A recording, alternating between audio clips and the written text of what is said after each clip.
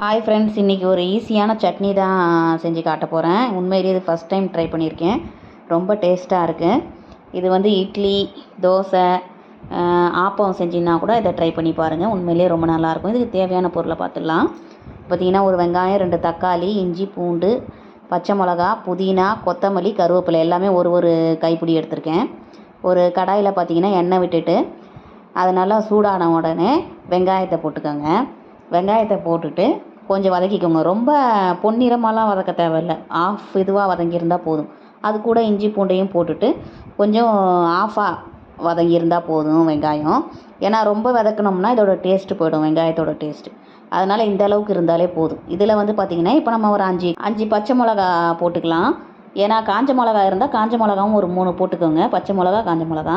இப்போ பச்சை மிளகா கொஞ்சம் வதங்கினதுக்கப்புறமா 2 தக்காளி. இதில் புளிலாம் நம்ம சேர்க்க தேவையில்ல. ஏன்னா ஒரு வெங்காயம் 2 தக்காளி போட்டிருக்கோம் இல்லையா, அதுலேயே புளி கொஞ்சம் இருக்கும். அதனால் புளி சேர்க்கணுன்ற அந்த இதுவே இல்லை நமக்கு. இந்த தக்காளியை போட்டுட்டு கொஞ்சம் நல்லா வதக்கிக்கோங்க. ரொம்பவும் தேவையில்லை, ஒரு ஆஃப் இதுவாக வதக்கி எடுத்துக்கலாம்.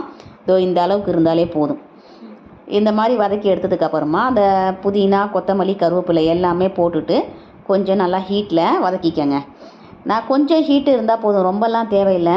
ரொம்ப வதக்குனோம்னா அந்த புதினாவோட ஃப்ளேவர்லாம் போயிடும். அதனால் ஓரளவுக்கு மீடியமாக வச்சு நீங்கள் இதை வதக்கி எடுத்துக்கோங்க.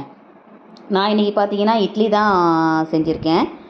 இட்லி ஊற்றி வச்சுருக்கேன். இந்த அளவுக்கு வெந்திருந்தால் போதும். இதை அப்படியே எடுத்து ஆற வச்சு எடுத்துக்கலாம். மிக்சியில் அரைக்கிறதுக்காக இதை ஆற வச்சு எடுத்துக்கோங்க.